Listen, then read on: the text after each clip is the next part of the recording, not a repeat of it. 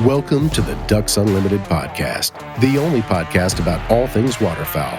From hunting insights to science-based discussions about ducks, geese, and issues affecting waterfowl and wetlands conservation in North America, we bring the resource to you. The DU Podcast with your hosts, Chris Jennings and Dr. Mike Brasher. Hey everybody, welcome back to the Ducks Unlimited podcast. Thanks for joining us here today. I'm your co-host, Mike Brasher, and joining me here in studio is my co-host, Chris Jennings. Chris, how are you? Excellent. And today we have a really special episode, probably what will end up being one of our favorite. We have a very special guest in studio with us, a bona fide celebrity in the outdoor world, among the outdoor community, and really even beyond.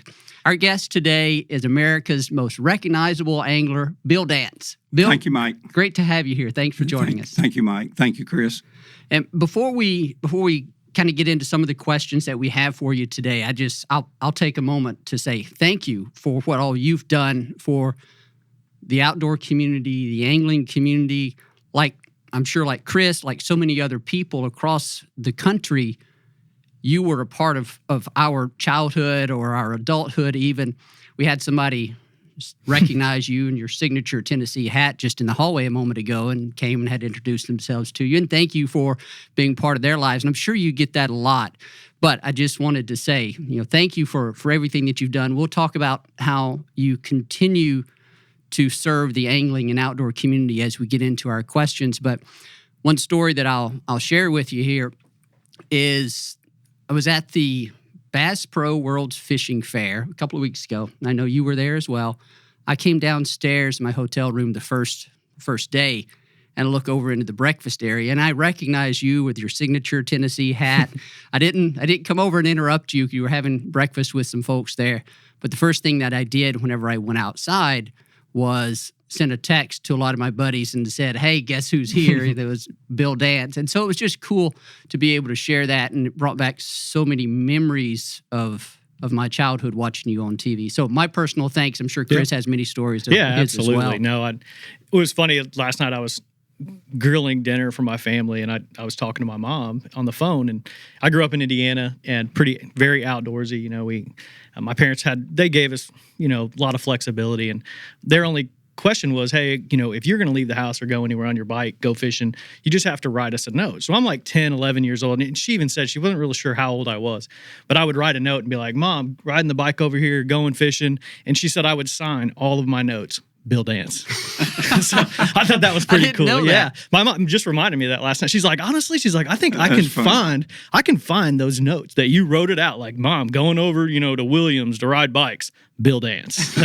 So that's pretty special. So the original author of the song, Bill Dance, and I only want to be like Bill Dance. Yeah. I think there's a lot of us in this generation that grew up, really, who were really in the outdoors, and you probably were a pivotal, monumental moment for a person, for all of outdoorsmen now, because we grew up, watching you do this and really, like the DU employee in the hallway that just walked past and was like, oh, that's Bill Dance. He had to stop and shake your hand. And he even said, I still kiss my fish, and so it's things like that just makes this, just such a cool moment for me and Mike, obviously. So, do you ever get tired of hearing those stories? Yeah. About hearing people thank you and hearing the stories of what you meant to them in their childhood? Oh, absolutely not. I mean, I love to hear them. I really do. I can relate back to those. I think we all have people that we look up to, and I know I do. And to hear stories about the past, I appreciate that. I really do. I hear it from writers. I hear it from just at a service station. I hear it in a restaurant. I hear it, walks of life. And I appreciate that. I really do. I take the time to listen to them too. It's almost as though you're reading some of our notes here that we have in terms of our questions, because you started to hit on the very first thing that we wanted to ask is, who were the people that influenced you growing up in terms of your path to fishing, the outdoors? Who were those people in your life? Well, I was blessed as a youngster growing up. I had a daddy and a granddaddy that gave me the greatest gift of all, and that was introducing me to this great sport that we call fishing. People ask me, did you ever do any hunting? Yes, I did a lot of hunting. I had certain types of things that I enjoyed hunting. I was an avid squirrel hunter. I used to love to squirrel hunt. Did you ever duck hunt? Yes, I was an avid duck hunter. But I spent a lot of time, more so the challenge. The challenge was in squirrel hunting. I loved to squirrel hunt and with a rifle. And I started fishing with my grandfather. And my grandfather was a doctor. My daddy was a doctor. My granddaddy was a doctor. My great-granddaddy, for 5 generations back, were all doctors. And my granddaddy was taught me a little bit about techniques, but he taught me more about anatomy, fish anatomy, how fish see, how fish hear. And that helped me tremendously as I grew older. And I began to practice that as I fished. And I remember things that I would see, things that I would do, fish that I would catch, and I would relate that back to something that he told me. And I said, well, you know, that's something he said about sight. That's something he said about hearing. And I remember the very first bass I ever caught. And when I caught that fish, it changed my whole direction in life. It is a great story that I'll share with you a little bit later if you want to, because it takes a minute or so to tell. But that one fish, it did change my whole direction in life. But when I was catching that fish, the things about it pertain to anatomy. And those thoughts of what he had taught me were flashing through my mind as I was catching that fish. I was 7 years old when I caught my biggest bass, my biggest largemouth. But my grandfather, or my granddaddy, that's what I call him, granddaddy. I didn't call him grandfather, or I called him granddaddy. But he was my mentor. And I had a writer ask me not long ago, he said, if you could go to dinner tomorrow night with 3 people, who would they be? And I said, well, there's no question in my mind who they'd be. It would be my granddaddy. It would be the Pope, and it would be Billy Graham. Those 3 people I'd look up to right now, and I would just love to go to dinner with all 3 of them, especially my granddaddy. And that one person was very, very special in my life. He took the time to take me fishing. My daddy was more of a hunter, a skeet shooter. He fished, but nothing like my granddaddy. I spent a lot of time in Middle Tennessee with my grandfather, wading the creeks and moving water. And that's still today my favorite form of fishing is moving water. But to answer the question, the one person, my mentor, was my granddaddy.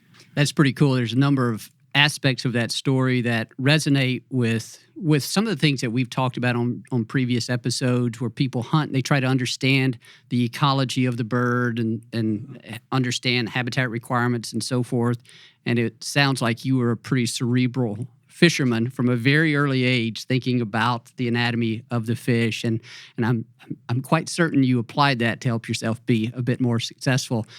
Your reference to your granddaddy influencing you, I'm sure many people listening to this share that same story in one way or another. And my family would never let me live this down if I didn't share that while your granddaddy sounds like a bass fisherman, mine was a catfish fisherman, and his favorite bait was Catfish Charlie. Now, it worked great, but it always got caked up on the reels and on the handles, so we tell stories and laugh all the time about how, yeah, it's great to go fishing with him, but you'd have to mess with the Catfish Charlie. Were you a big Catfish Charlie fan? Well, back then, I fished when the creek got muddy. I would fish with, my grandmother had a big hen yard, and they were country people over in Lynchburg, Tennessee. That's where I spent most of my time. And my grandmother would, she'd prepare chicken, and the entrails, that's what I used. Okay. And I'd use it for catfish bait. And when the creek got muddy, I would head for the creek, and it seemed like that was the best time to catch catfish in the creek. And when the creek was clear, I'd fish for smallmouth, or what we'd call black perch, was a rock bass. Yeah. But we came with a product for Bass Pro, a catfish bait. Was an organic type bait, similar to the product you mentioned, Catfish Charlie, and which was an excellent bait. They sold a lot of that product. I never fished with that product, but I fished with similar type products. Yeah. But back in those early days, it relates back to the early days.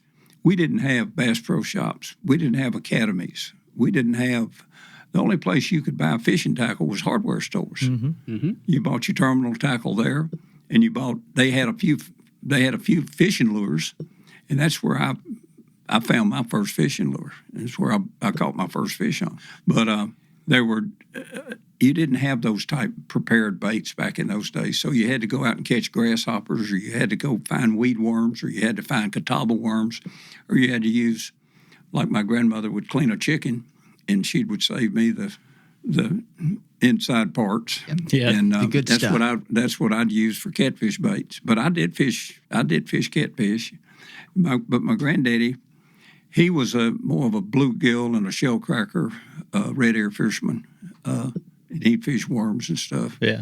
But I fished for bass mostly on the creeks, wading the creeks. And just hearing how, you talk about that, how there was very little, tackle in some of these old hardware stores, and now, do you ever walk into a Bass Pro and just look at those walls of lures that are all signed Bill Dance and just kind of be blown away by that? I've got some of those old baits, and I remember where Johnny got, Johnny Mars, founder of Bass Pro, where he got several of those major collections. A friend of mine from South Haven, or Whitehaven, Clyde Harbin, had a tremendous collection of old baits. And I mentioned to Clyde one time, he wanted to get rid of his major collection. And I'm telling you, he had a collection. In fact, I gave Clyde several old baits years and years ago. And he was in our first bass club. And Clyde said, I'm fixing to get rid of some of these or sell them or do something. And I said, wait a minute, I know somebody that might want them. And it was Johnny Mars. And if you'll go to the first Bass Pro in Memphis, over on Macon, you'll see some of those lures. And Johnny gave Clyde Arthur Harbin credit from that collection. But he gave his collection to Bass Pro. Yeah. And Johnny's got, I've seen a lot of those old-timey baits. Nice. In fact, I'll do promotion meet and greets, and a lot of times people will come up to me and say, I want you to have this. Can you sign this lure, and I want you to have one. They'll have two of them, and they'll give me one. And, that's cool. So I've got a lot of those old-timey baits. And surprisingly, today, fish will bite those baits. They don't. A 5-pound bass doesn't know about a bait that was made 30 years ago or discontinued. Let me tell you this story. There was a hardware store in Lynchburg, Tennessee, called Motlow Hardware. And I would go in there on the square. And my grandmother's and granddaddy lived a stone's throw from the square, and a stone throw from Mulberry Creek. And I would go in there, and the guy that ran the store, his name was Tosh. Everybody called him Tosh. The guy that owned it was Connor Motlow. Connor Motlow owned the hardware store. His brother Hap owned the bank. Rager Motlow ran Jack Daniel's Distillery. Moore County, where Lynchburg was a dry county. But the Motlows, great people. I had met them all when I was a youngster. But Connor had the hardware store. And I would go in there, and Tosh, under a glass counter, had about a half a dozen lures. And there was one particular lure that caught my eye, sold for 75 cents. Today, that lure is still made and sells for around $6. And I'd look at it, and Tosh would take it out and put it on the counter. And I said, can I touch it? And he'd take it out, and he'd hand it to me. And I'd look at it, he'd put it back in the counter. Well, one day, this had been going on for a couple of months. Every time I'd go, I spent many, many, many days with my grandparents. One day, grandmother said, your granddaddy's going lake fishing today, this afternoon. Small towns would close a half a day through the week at dinner time. That was lunch, noon. We'd have dinner at noon, and we'd have supper in the evening. She said, after dinner today, he's going lake fishing, not going to the creek. I said, we're going lake fishing. She said, yeah. And I went, oh, my goodness. She said, what is it? And I said, oh, nothing. My grandmother could read my mind like that. And she reached in her apron, and she pulled out a handkerchief and had a couple of knots in it. She kept her change in that handkerchief. And she took 3/4 out, and she gave them to me. And she said, get up to the square and get you that whatever you call that bait. And quicker than a minute could jump a dipper, I was up to the square, ran in. I told Tosh, I said, Tosh, I got 3/4. He reached in and he said, I've been hiding that bait. I knew one day you wanted it. And he handed it to me. And I threw those 3/4 on the counter. And I was back at the house. And I had a little old metal rod, a little wine reel with braided line on it, and a little section of catgut, which we call monofilament today.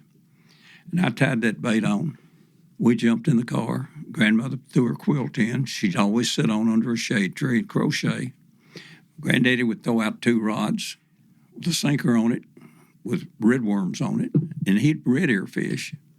Well, I had this rod with this little lure on it, and that bait was called an arbogast jitterbug. I was getting ready to ask if it was a jitterbug. I almost said that. That's funny. It was a frog-colored jitterbug. That bait is still made today. Yeah. 34 years ago. Wow. When I had the bait, 34 years, I took that bait and I scooted down out on a point, Cumberland Springs Lake, halfway between Lynchburg and Tullahoma, Tennessee, a spring-fed lake. That day changed my whole direction in life. And I eased out through some yucca plants, bushes, and I looked, and to my right, I saw 2 fish swimming along. A bass about 2 pounds and one about 1 pound. And I turned, and I took this little metal rod, and I made quick, tried to make several false casts, and I fired that jitterbug out, and I made a pretty good cast. It landed about 20 feet from where I wanted it to go, but when it hit the water, both fish stopped instantly. And my first thought, what my granddaddy taught me about how fish hear, I said, the fish heard that bait. They heard that bait hit the water. And I went, if you remember, they had that big metal lip on it, and he went, blah, blah, blah, blah, blah. It wobbled on the surface.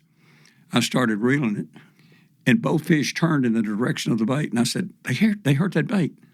They can't see it. They heard it. Not at 20 feet. They can't hear it. They can't see it, but they can hear it. And they started moving in the direction of the sound. And I said, they're picking it up. The lateral line on their body is like that of a sounding board. And these are things my granddaddy taught me about anatomy. And I said, I stopped the bait, and they stopped. I started to move the bait, they started to move. I stopped, they stopped. I started, they started. And they kept getting closer to the bait. And I don't know if I could hear the bait or it was my heart going dum, dum, dum, dum, dum, dum. And I was so excited at 7 years old. Here's this new bait, and here's these 2 fish, and witnessing this. It was just the biggest thrill of my life at that moment. And I kept moving it, and all these thoughts, Granddaddy said, always wade up the creek where the debris and the off-colored water, gravel, would float downstream. And he always said, never drink the water below a cattle crossing. Always remember that. Yeah. I always remember that. Always remember that. Yeah. But these are little thoughts. Just all these things were flashing through my mind. So I started it again. By now, the fish were about 10 feet from the bait. And I started to move it a little faster, and they moved closer. He said the biggest fish is always the dominant one.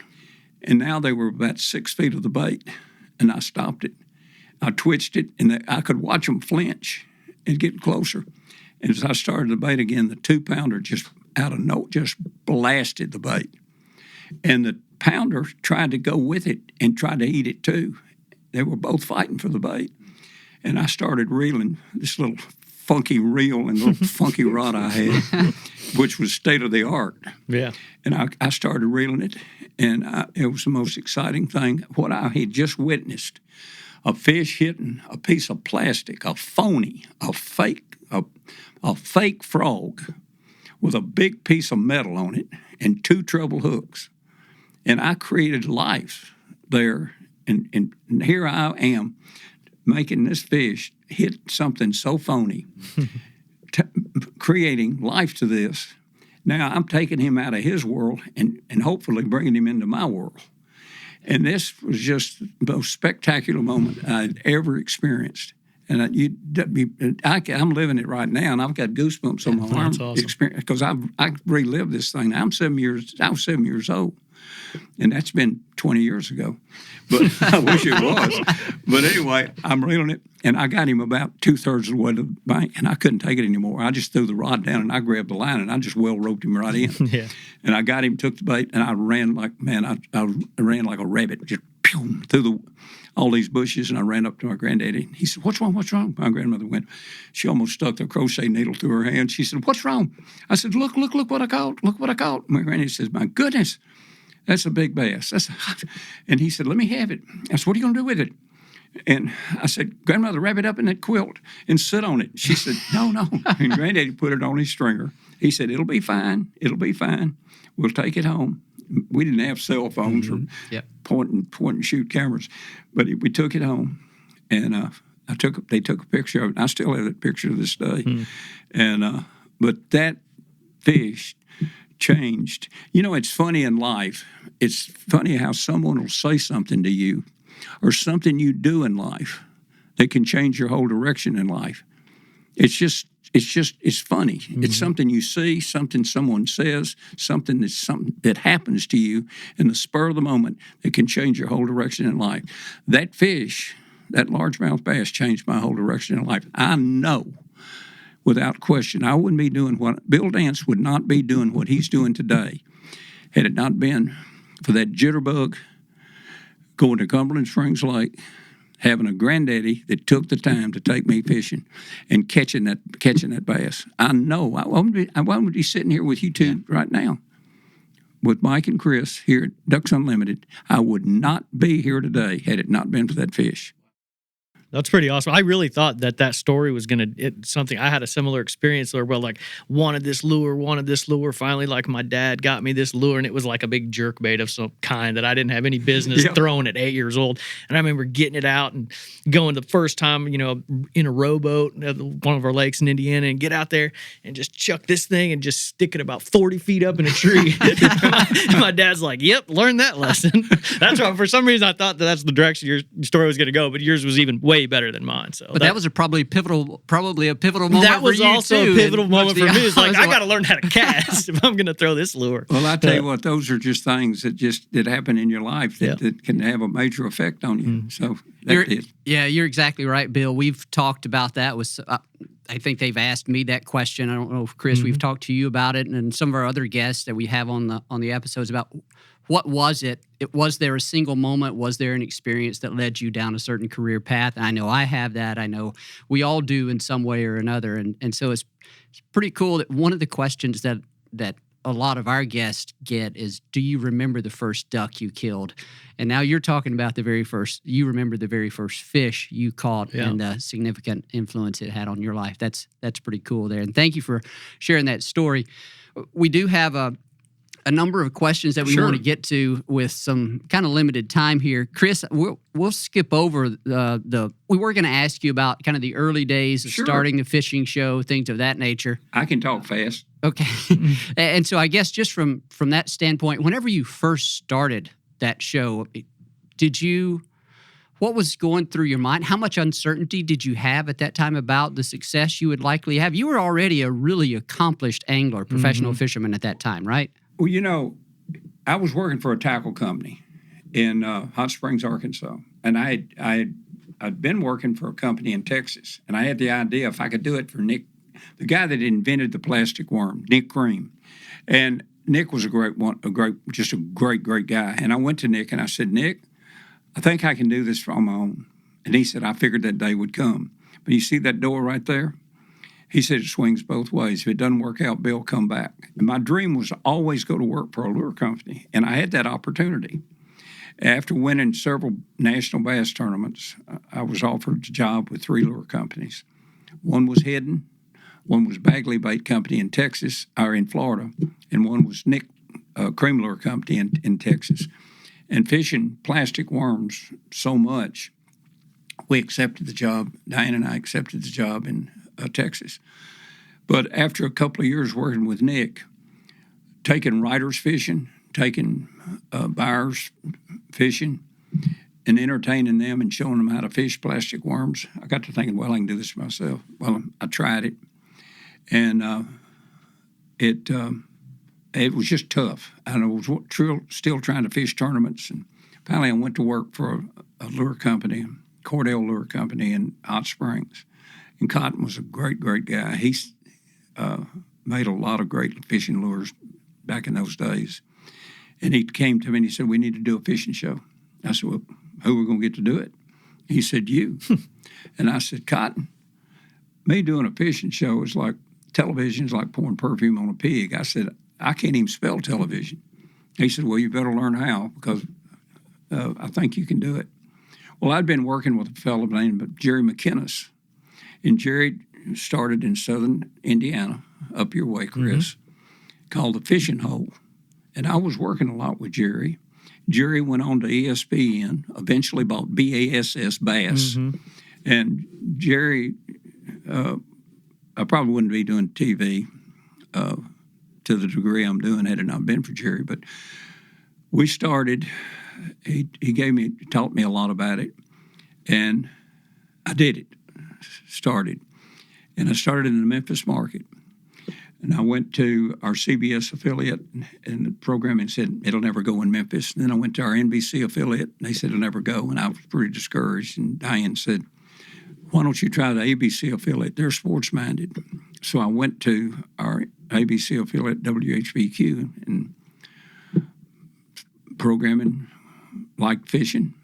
The director said, I used to do a local show at WBBJ in Jackson. Let's try it. So we did. And I had learned about shooting a little bit with a camera, a Canon Scoopik. It was very easy to use. And I learned a little bit about editing, 16-millimeter film. And I was scripting my shows, and it was all no sound. And we set up locally with HBQ. We started a local show. We got a local sponsor, and we were off and running. And then a station in Jackson, their sister station, said, would you do one for us? And I said, sure. And then another station in Jackson, or Baton Rouge, WBBJ Channel 2, another ABC affiliate said, do one for us? And I said, sure. And then a station in Paducah, Kentucky said, how about doing one for us? And I said, okay. Well, I didn't realize what I was biting. I was still fishing bass tournaments, still had a family. I was running up and down north and south, passing myself, fishing tournaments, still doing PR work for Cotton, for Cordell, doing 4 markets, 52 weeks a year, 208 shows a year, shooting, That's editing, busy. Scripting. And I thought, good gracious. Well, fast forward, I finally gave my show to a good buddy of mine in Baton Rouge, Bobby Metters. And Bobby took it over. I had him as a guest for about several weeks in a row, and he knew how to do it. He took it over. Boy named Neely down in Jackson took over my show. I gave him my show there, dropped the show in Paducah, continued Memphis for a short period of time. Then we syndicated with a syndicator out of St. Louis. We 50 network markets. Then we went to 90 network markets. Cable was coming on, so we moved to ESPN. We blanketed the country from Spokane to San Diego to Dallas to Miami to Raleigh to New York to Detroit to Mid-America, St. Louis to Omaha to Memphis to Atlanta to Dallas. We were everywhere with ESPN. Yeah. But ESPN back then, it was a great network, but demographically we just weren't there.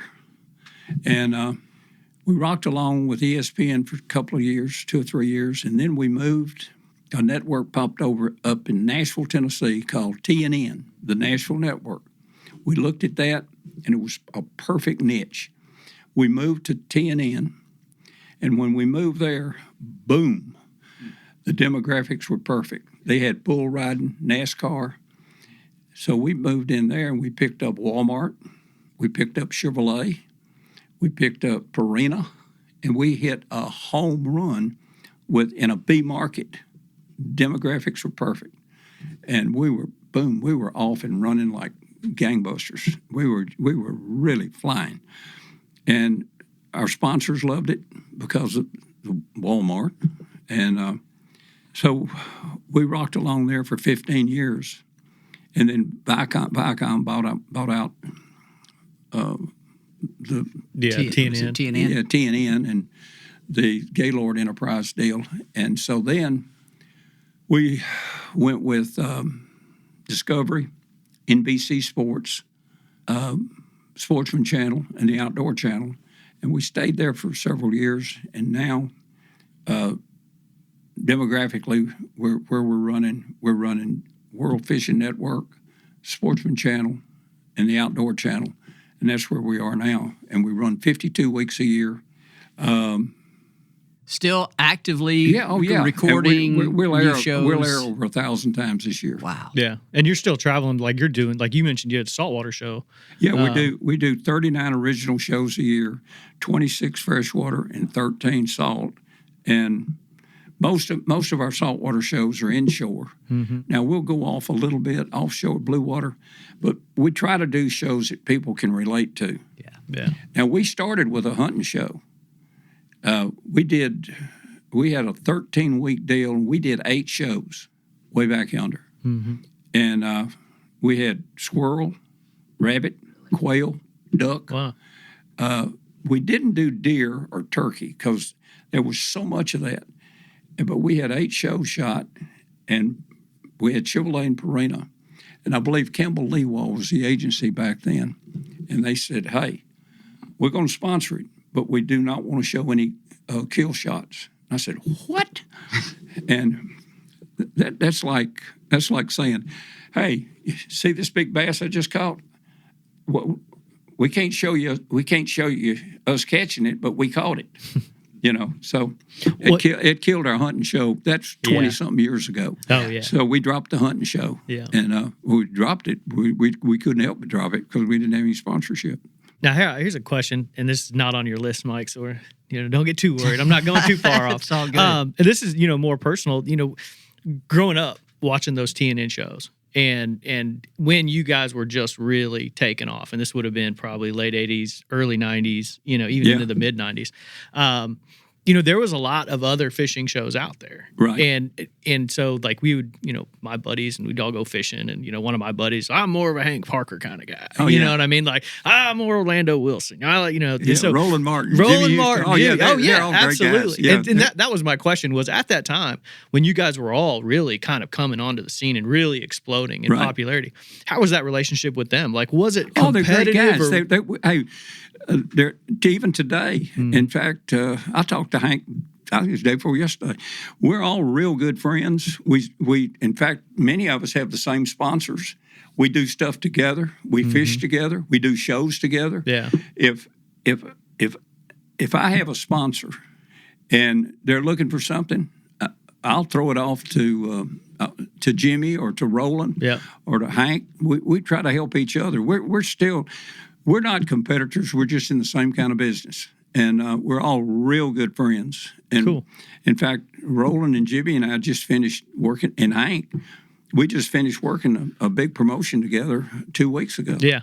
That's kind of where I thought about it, because I know you guys were all there together. We're all real good friends. Yeah, that's cool. And we communicate together, and Jimmy's wife was real sick here, and we all just continued to call, and he said, Bill, thank you so much for calling. I just talked to Hank yesterday, and Roland calls, and we all just share. We try to help each other, and we're all good buddies. That's pretty awesome. I saw you all interacting there at the fishing fair, Bass Pro World's Fishing Fair, and I thought that was the other coolest thing, not just to get to see those people from my childhood and from that it was such an influence, but to see the way you were all interacting and getting along, and we're all good friends, having fun. That was pretty cool. A question, sort of a little bit of a turn here, and it relates to something that you're very well known for whenever you're catching a fish, or even after you've caught a fish. And I'm just kind of curious where this came from. Your signature habit, you might say, of talking to the fish either as you're kind of fighting them to get them in the boat, or then once you've got them. One of the, as Chris mentioned earlier, one of our coworkers here noted that they still kiss their fish in emulating one of your habits. Was that something that just came natural to you, or was that something you added to kind of bring a little additional excitement to the show? Well, we used to do a lot of shows with entertainers and celebrities, and the strength of Bill Dance Outdoors, I'll tell you a story there. Our show used to be Outdoors with Bill Dance. And you remember the old TV Guide magazine that used to come out? Well, I picked it up one day, and I looked at the time slot, and it said Outdoors. And I said, wait a minute, our show's not on today.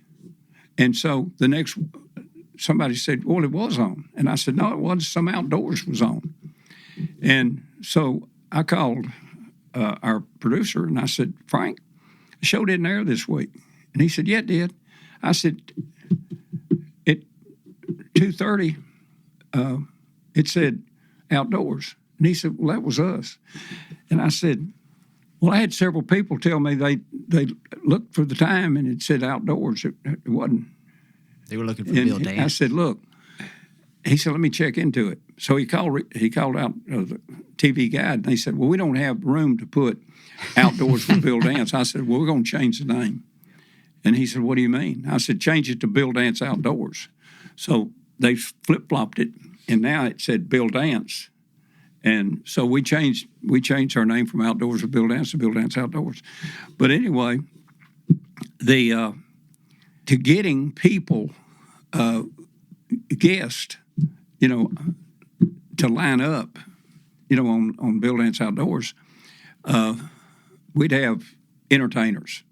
And whether it be football players, baseball players, country western entertainers, that there's tons of them that love to fish. Well, the strength of our show has been in our educational format. But when you can entertain and educate at the same time, you've got the best part of both worlds.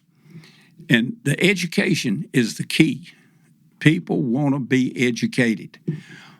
Why are you fishing 20 feet of water on this particular lake with this particular bait at this particular time of the year? Now, it will apply in your lake at this time of year, at this water temperature. You can do this. This is something you can do. Not in the spring, not in the summer, but this time next year in the winter. You can do this on your lake. So the educational end of it. So I got to thinking, I said, I can't get all this education in when I have guests. If I'm by myself, I can get more education in. So I script every show. Wow. And I'll have a script, and I put everything I want to in that education, in that script. And when I shoot a piece, I time code it. I ask the cameraman time code, and I'll write that time code down, and I'll put it on that script. Other cameraman, he'll write it on his time code. So I know I've got that. Now, when I have a guest, when I had guests a lot, whether it be a Terry Bradshaw, or it'd be a Mel Tillis, or it'd be a Loretta Lynn, or whoever it would be in that field, I can't be educational. It can be entertaining, but it can't be educational. So I got to looking at rating numbers. What do people want? Do they want to see Terry Bradshaw acting silly or talking about Terry? And Terry was a great guest. I did 6 or 7 shows with Terry, or Mel Tillis, or Roy Clark, whoever the entertainer was. Or do they want the education? They want the education. So me being by myself, there's nobody there to talk to except that camera. and I catch a fish, I may talk to the fish. I said, well, how you doing today? Turn your face around. Let me get the hook out. Oh, you look fat. You've been healthy. You've been eating shad. And I'm talking to it. You need to brush your teeth, whatever. And I talk to the fish a little bit because there's nobody else to talk to except. And then I said, but you notice one thing about this particular fish. You see the black blotch on him? That's the result. That's in pigmentation. And I'll talk about that, how that's formed. Or I'll talk something about educational fact about that fish. but it's all about education.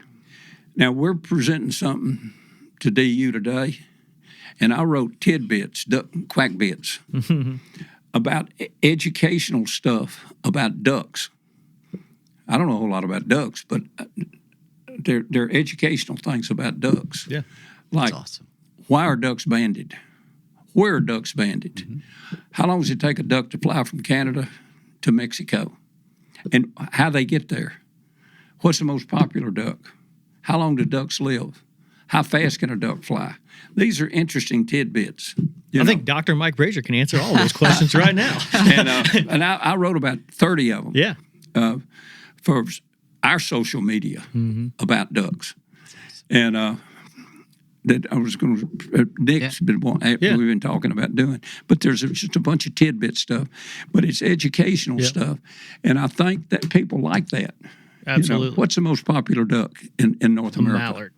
Right. It's not the wood duck? Oh, we have a debate already. We have a debate. No. I'm asking you. Would you mind telling me? No, but it's education, and I think that's what people like to hear. Absolutely. You know? And what's we the get most a lot popular of that. worm hook? What's the most popular line? Is it monofilament? Is it braid? Is it fluorocarbon? Yeah. Why? You don't just say what it is, but why is it? Yeah. And that's been the strength of Bill Dance Outdoors, has been is in our educational format. And I have people every day, well, that's not true, all the time, quite often, a lot, I should say, said, Bill, I like it because you tell people what you're doing and why you're doing it, why you're taking a medium action rod versus a light action rod for this particular thing, why you're doing this, why you're doing that. It helps. No, I mean that and that's, we do that with the podcast with, we do species profiles where we talk about, and I mean, we really dive into like the mallard or the gadwall, and people eat those up, and it's the same thing. It's educational, and that really kind of leads me to our next question. And this is a big topic for Ducks Unlimited, obviously, and really the entire outdoor industry. Well, you know what I brought up? Bass and ducks go hand in hand. Oh, absolutely. They go together. The aquatic vegetation and how bass relate to the same types. You're looking ahead at some of our future questions. Yeah, he's getting all of our questions. Oh, really? Habitat types, how they blend together. But one thing, I mean, like you said, this whole educational process, which we are very much all ingrained in, but influencing the youth in the outdoors. Sure. You have played a massive role in that, obviously. One of the questions we had here was, we're kind of pointing out the fact that you were an influencer before the term influencer ever came up. Now you have Instagram influencers and whatever, but you were the original influencer. And when did you recognize that you had, that capability to reach not only fishermen, like you say, from an educational perspective, but also the youth? And to get them motivated in the outdoors. And really, how important was that as Bill Dance Outdoors went on? Well, we're not trying to impress anybody how many fish we catch 30 minutes of television, because you only see just a small percentage of those. We pick our best shots, or we pick the shots relating to what we're talking about, but more so from the educational standpoint. That we've been doing that since we started 56 years ago. Wow. When we first started doing outdoor programming, and we tried to do art, and then we tried to do our graphics and stuff. And the advantage that we have, we can take video and we can show. I've got an advantage that what I'm talking about, I can show it, or I can. No, a picture's worth 1,000 words. Action's worth 1,000 words. When I can say how to set the hook, I can say you maintain about 6 to 7 pounds of hook setting pressure, and here's how you set the hook. Well, you set it with, I'm sitting here telling you, but if I can show you, I get the point across 10 times better. But where you maintain your maximum pounds of hook setting pressure. If you'll see, watch this. And then I actually show it. And then I show it in slow motion. but I can show it better than I can tell it. And that's the advantage of, I can show it on social media with a clip, or I can show it on TV with a clip. So that's been a tremendous tool for us, But go ahead, you were going to say something about ducks and bass. Yeah, I think we'll get into that here in just a few minutes. We have a number of other questions for you, Bill. But at this point, we've been going for about 45 minutes, and so we're going to split this conversation into 2 episodes. So we'll bring you back, get into a whole host of other questions. But for now, we'll wrap it up. I'll thank you, Bill, for joining us. Thanks for sharing your time. Thanks to my co-host, Chris Jennings. As always, we thank our producer, Chris Isaac, for the great work that he does, as well as you, the listener. We thank you for being the most important part of this. And please join us on episode 2 with Bill Dance. Thank you for listening to this episode of the DU Podcast. Be sure to rate, review, and subscribe to the show. And visit www.ducks.org/DU Podcast for resources based on today's topics, as well as access to more episodes. Opinions expressed by guests do not necessarily reflect those of Ducks Unlimited. Until next time, stay tuned to the Ducks.